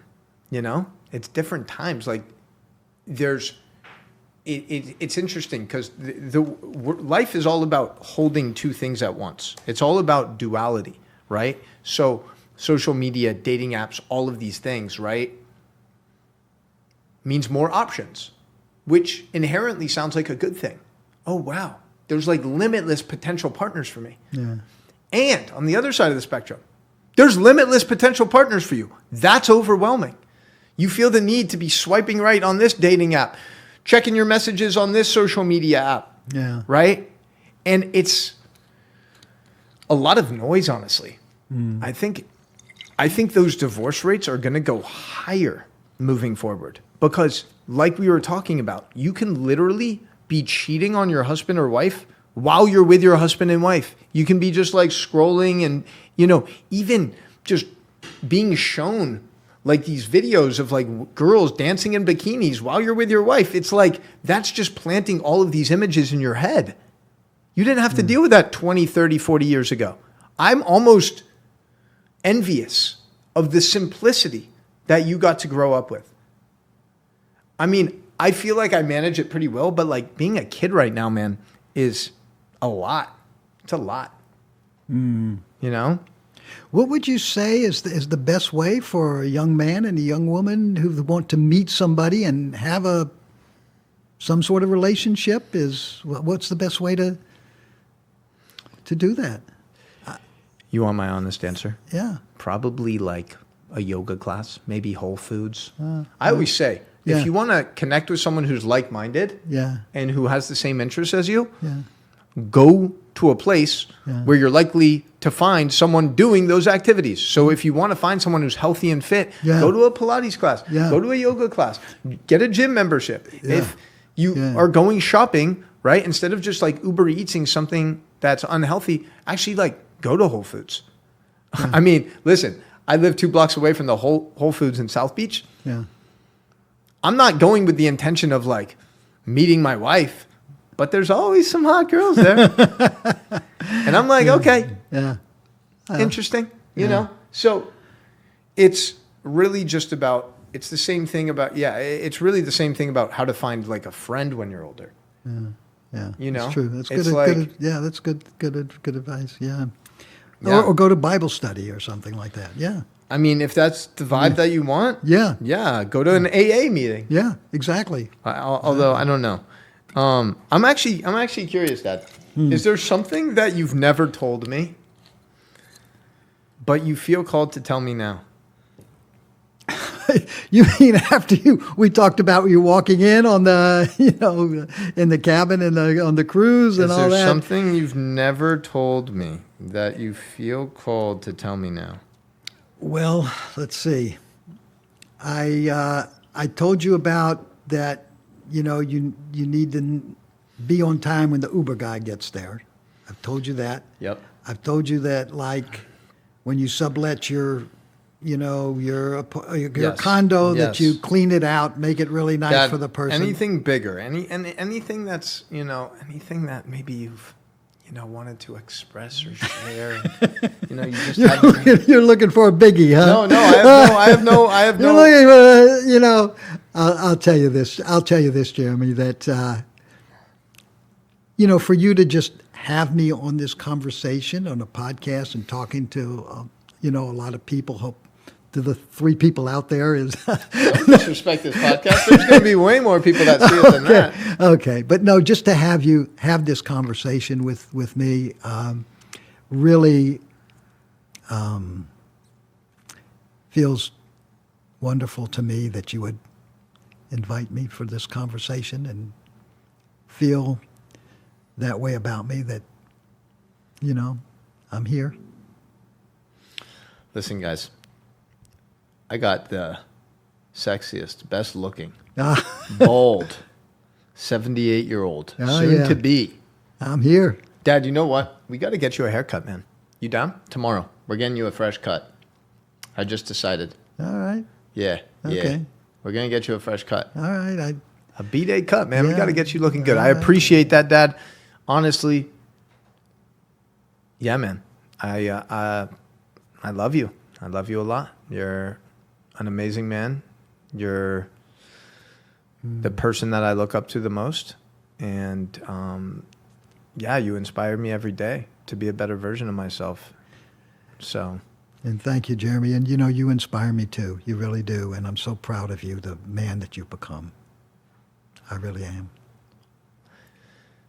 Are you guys getting a little emotional behind the screen? I'm getting a little emotional, Ben. I see your eyes getting a little red. A little teary-eyed. This is good. This is very important. Yeah. Being able to feel your feelings fully, express your emotions. This is amazing. This is a good thing. This is real masculine leadership right now, Dad. All right. So as we wrap up, we've probably gone for what, like an hour and a half, Santiago? We're 144. Wow. How? An hour, 44 minutes. Wow. Okay. Seems like Yeah. this is great too, because it's literally just a conversation that we could have without microphones and a camera. It's like, why not share some of this knowledge and wisdom with the world? You know? I think we got to get your Dr. Wisdom account back in order, Dad. I'm curious to know, there's a lot of things I had here that we never got the chance to touch on. You know, a lot of more stuff kind of in terms of big pharma and healthcare and all those things. Yeah. You know, we covered a lot of bases though. Yeah. And I feel pretty good about the conversation. Is there anything that you want to share or talk about that we haven't had the opportunity to?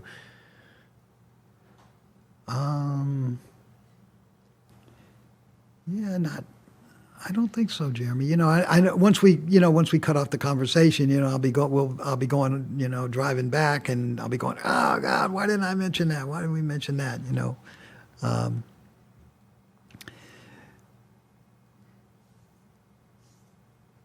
but right offhand, no, anything that you We need to share the book. Where's the book? Oh.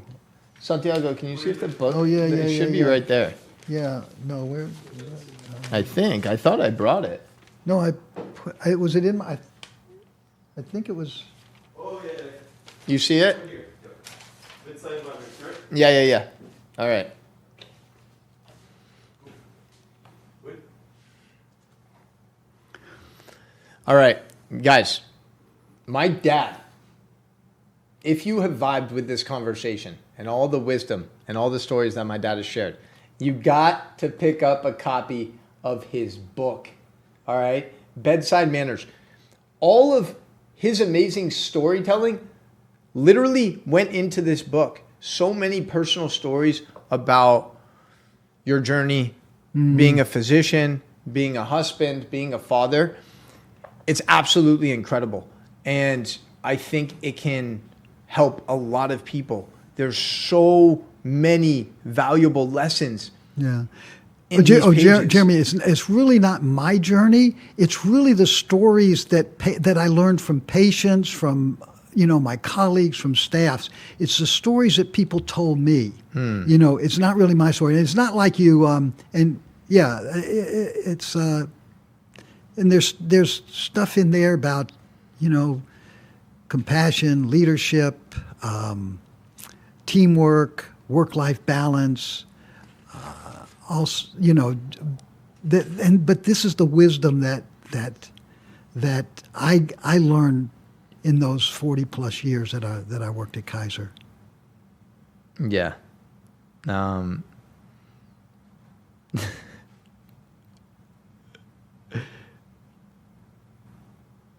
What's that one? This one's called Body Odor. I'm going to just read it because it's half a page. All right, body odor.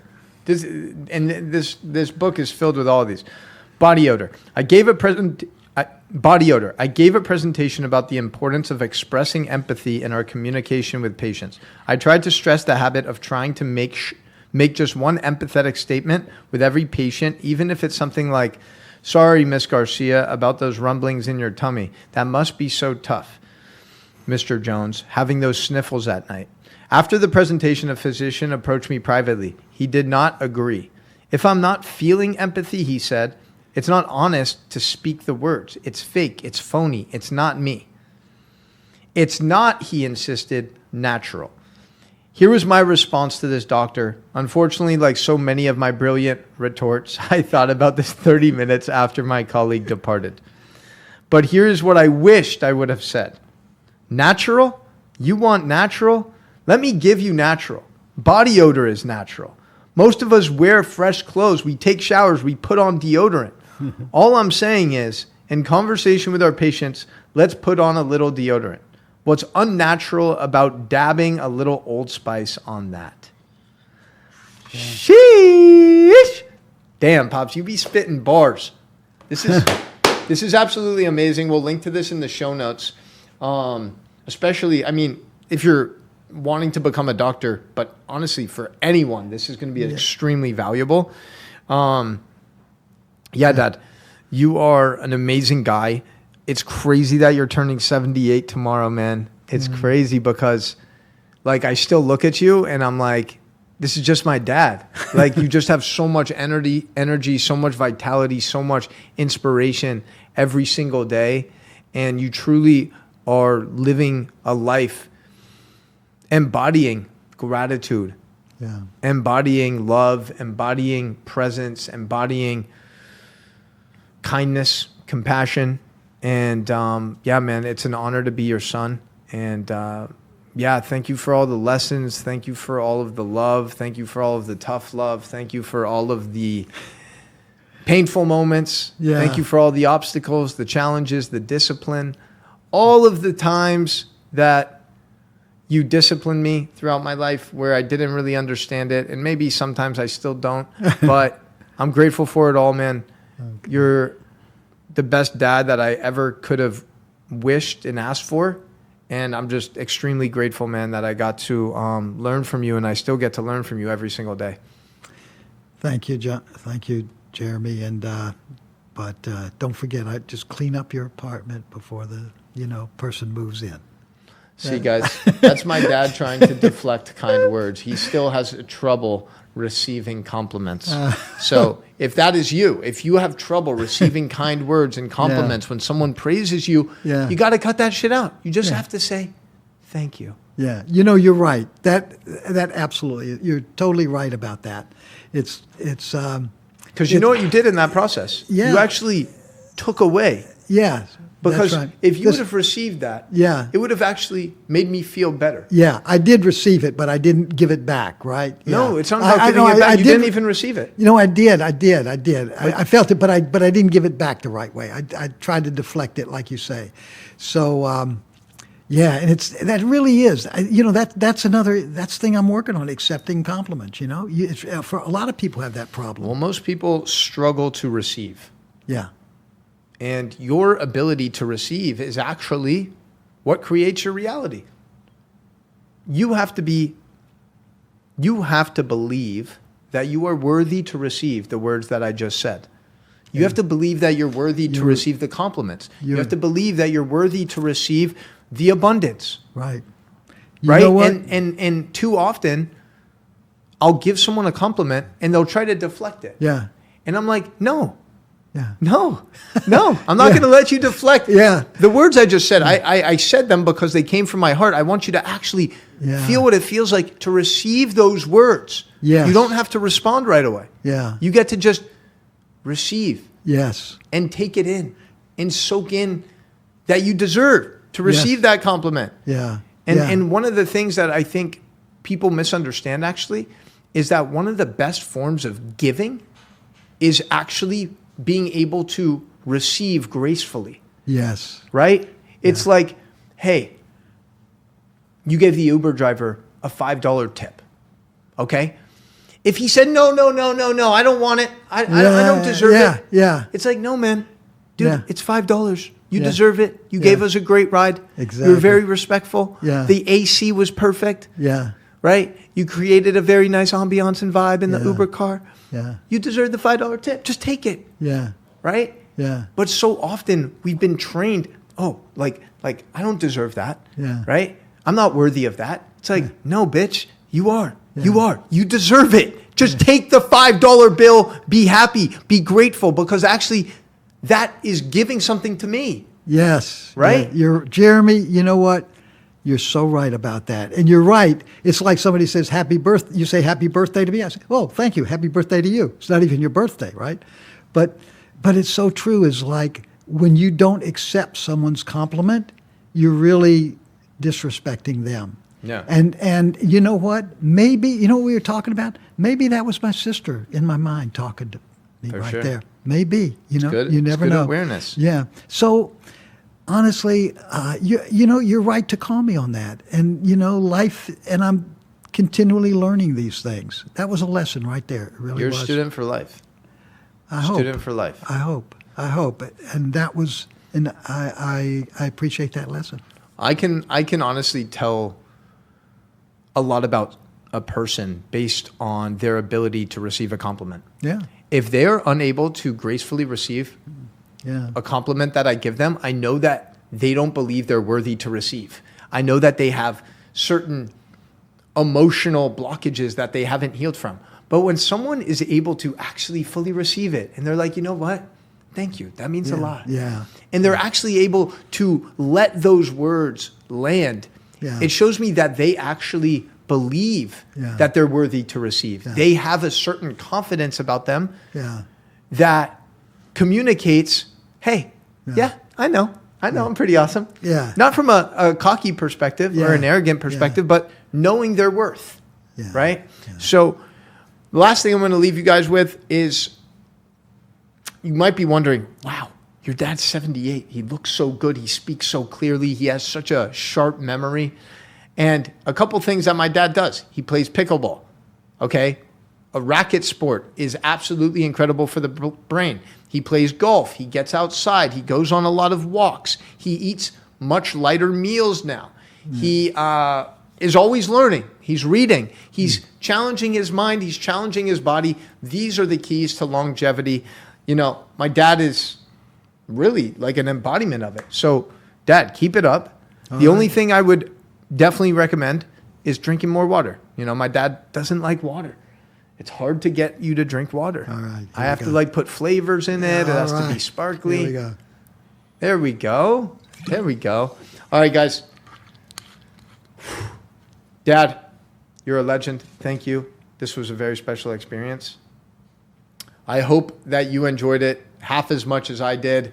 Please, please, please, if you did enjoy this conversation, show some love, subscribe to the channel. If you listen to this on audio, whether it was Apple or Spotify, check out the video on YouTube because it just adds a different element. I think you'll really enjoy the interactions there. So check those out, guys. And of course, share this conversation with a friend because if this did open up something for you and teach you something, chances are it could also benefit someone else. Sharing is caring.